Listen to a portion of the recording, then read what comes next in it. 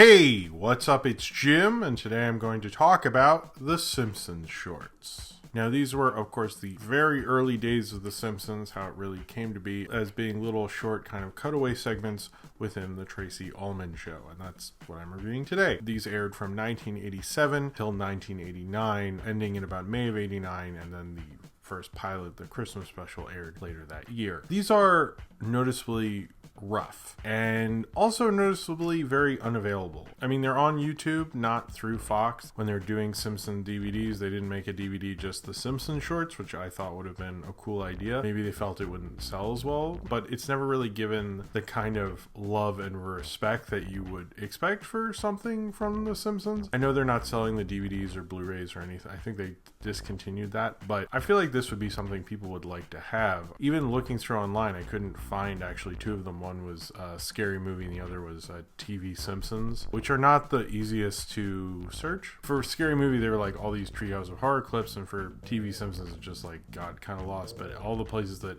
I couldn't find them, if you find a link, I'm sure you will, and you'll put it in there. But I found almost all of them, and I watched them kind of actually in order according to the episode guide on Wikipedia, and just went through them. Now, I don't like Tracey Ullman that much. I mean, she's fine, but to be clear, I didn't watch every episode of the Tracey Ullman Show with these in them. I just watched the shorts. It's not a terrible show or anything. I recognize at the time it was the nation's showcase for psychiatrist jokes and musical comedy numbers, but I mainly watched the show not when it aired. I guess I could have.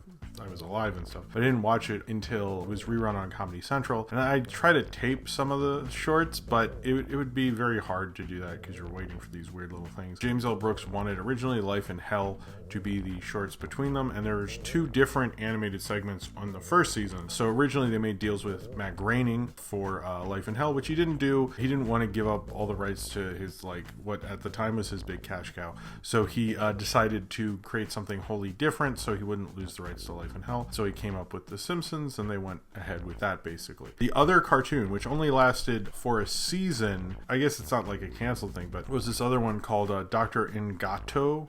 It'll be spelled down there. It was by M.K. Brown, who worked for National Lampoon, and she agreed to do this cartoon based on a female psychiatrist. And watching a few of them, it's more about the wackiness of the animation, and I guess you could say season one, it was better animated than The Simpsons was. I think The Simpsons was better at character than that show. Was just kind of weird and surreal and playing with its animation. I didn't watch all of that. Also a little curious, like this was the cartoon that aired at the same time as in the Tracey Ullman Show, the other cartoon, and it's kind of like a forgotten show. I remember when it would air on Comedy Central, they would play the old cartoons. I'd be like, oh, it's not one with The Simpsons, great. And I'd always be a little curious about it because it was so weird and kind of its very 80s time. It's very dated, but it kind of works within that. I sort of love it for that, but you can find it on YouTube. I don't know how much of it. Not a lot of Dr. Ngatu fandom, but watching the Simpsons shorts at the beginning, the first 7 or so, it almost feels like you ever read a collection of comic strips, because each of them you'll get a little part and then it'll go to black, because that's where the Tracey Ullman Show would have been, presumably. You get black and then more of the short and more of it,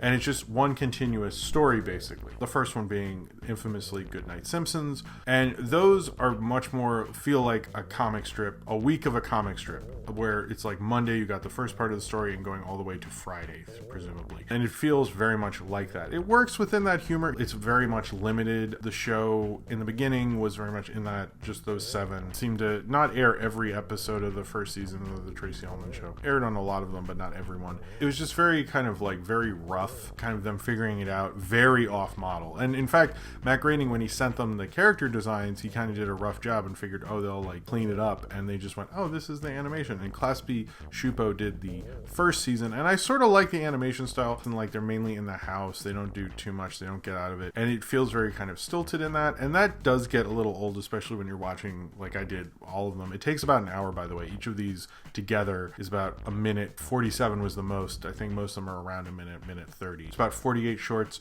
so, you know, around an hour, basically. Of the first ones, I actually like Dinner Time the most. That kind of idea of that gag would later be in the show, The Simpsons, and this is kind of the origination of that, I guess. There's other things like them trying to get Maggie's pacifier away, which is kind of interesting. I'm sure they did that on the show at some point, but odd for them to address it so quickly. The weirder things about watching this initially is the changes in the characters. Homer is sort of like he is. He's more of a jerk. Like, I just, like, by the end I was like, why would you like him? He's very unlikable in the beginning. Lisa is just like not really Lisa. She's just kind of like very much playing Bart's little sister and being rambunctious and things, maybe being a little more responsible, but not being the Lisa Simpson that we would know in the show. Bart's basically Bart. Marge is Marge. I mean, Maggie's theoretically like Maggie. The main people that they're interested in seem to be Bart and Maggie, as in the first 7 they both get episodes with their names in them, both Jumping Bart and Babysitting Maggie. So you can tell like they're in the initial ones, they're the ones they're going on. But then season 2, initially you're just sort of getting the same thing. Now, Dr. and Gato, they got rid of by season 2. They didn't feel like it reflected the show as well as The Simpsons did, and The Simpsons obviously using mostly voice actors from the Tracey Ullman Show. The voice of Bart, Nancy Cartwright, I don't think was on it, but Dan Castellaneta and Julie Kavner both being cast members on the show. Originally, Tracey Ullman was supposed to do it, but she was doing so many things on that show, she just kind of wanted somebody to do something else, basically. The thing with season 2 is it's sort of just like a direct kind of artistically continuation of season 1. But it feels very much in that style. It doesn't really evolve that much. That is until I would say it starts like slowly doing that. You have some good episodes, like Bart's haircut's pretty good. World War III, which I think we've seen in the 138th special, which is the only time most of these are seen, other than like Family Portrait, I think was the beginning of the 400th. They do some good ones. A lot of them are too similar. Like the football does this bit where it's just like the same thing but variations on it over and over again, and I guess like you could get into much like watching a DVD full of Bugs Bunny cartoons, that Bugs Bunny cartoons weren't meant to just be watched like that, and so us like watching them in a marathon is inappropriate, and so it's more of the form of what it was supposed to be used for and not how I'm watching it. But it still like doesn't feel as developed as it would be. One thing in season 1, burping contests and then making faces in season 2 are like essentially like the same thing, except you take away burping and you make the making faces thing. It's like the same episode. You get this kind of repetition in a lot of them. Like sometimes after a while you feel like you've kind of seen them before. It does feel like it, like an old comic strip. Not like I read a lot of Calvin and Hobbes, but I read a lot of other comic strip collections, and towards the end of those you get a little like kind of like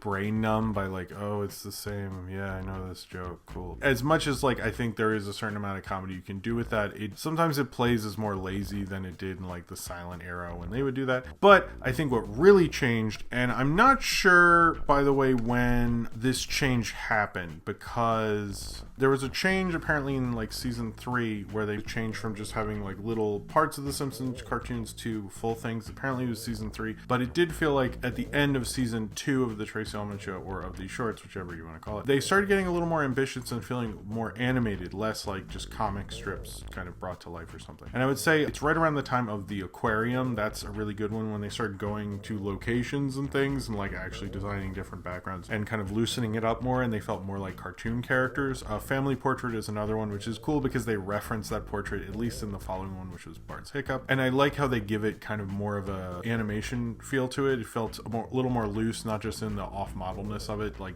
having them do things. You get that also in the Art Museum, which is a pretty good one as well, and Zoo Story. When they're actually going places, it felt a looseness to it.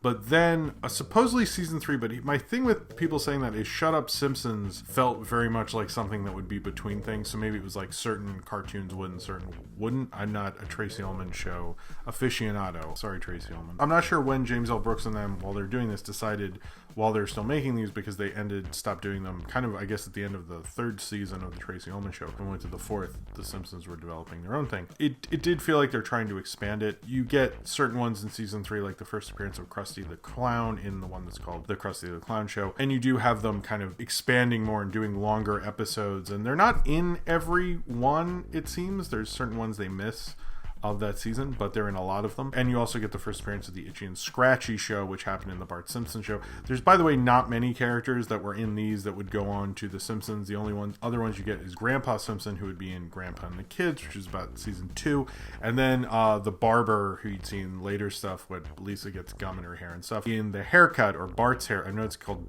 Bart's Haircut on some episode descriptions. Homer doing the strangle thing is still there, but they have one where Krusty actually strangles Bart in the same way probably leading to that whole original idea that Homer was Krusty, but then Homer watches Krusty do that on TV in the shorts, so it wasn't an alternate history thing. I think this is out of continuity anyway. They actually have a different reporter guy do the news at one point, so it's like kind of interesting. Like, they didn't really have the world figured out at that point. One of my favorite ones, definitely, and one that I don't know why they don't air or put online more because it's so short, is Simpson Christmas. It's just Bart tells kind of a night before Christmas kind of story. It's nice, it's sweet, it's well animated, it's a good use of the characters, especially the semblance of them at the time, and I actually really liked it, and I'll probably post it places around that time. But A Simpsons Christmas is really quite touching and great, and I really liked it, as well as the Krusty the Clown thing. Oh yeah, and this is the season I've seen the least amount because I couldn't find Scary Movie or TV Simpsons. They also got more ambitious. You have ones like Echo Park, which kind of puts them on another location, Bath Time, which I think is a little more well known of these, Family Therapy, where they go to therapy, not the therapist you're used to, a different one, otherwise I would have said that. Bart's Nightmare, where they kind of have him eating too many cookies and they play around with the animation more. But another one is Maggie in Peril, which is a two-parter. Went on from episode 18 of this season of the Tracey Ullman Show to episode 19, which was kind of an interesting two-parter. Maggie seemed to be, other than Bart, the other focus of this, having her go on kind of more animated adventures. At the beginning, it was like sort of too smart for its own good. Certainly like what Bart says to Homer in the first thing was like, is the mind just a set of nuances and stuff? I was just like, oh my God, like seriously, just like don't do that. The repetitiveness, like I mentioned before, you have episodes like Burping Contest and Making Faces. You also had, which I forgot to mention earlier, the football and World War III are basically the same bit again and again and again. That's something, despite the World War III one, I believe, was also in the 130th special. It gets sort of annoying and not as fun. It's finding itself. It's clearly developing. I know season one people say is rough. This is, in fact, rougher and almost doing a completely different kind of weird thing. I don't know the Treehouse of Horror where they reference this. I'll probably see it eventually in some point in my life, but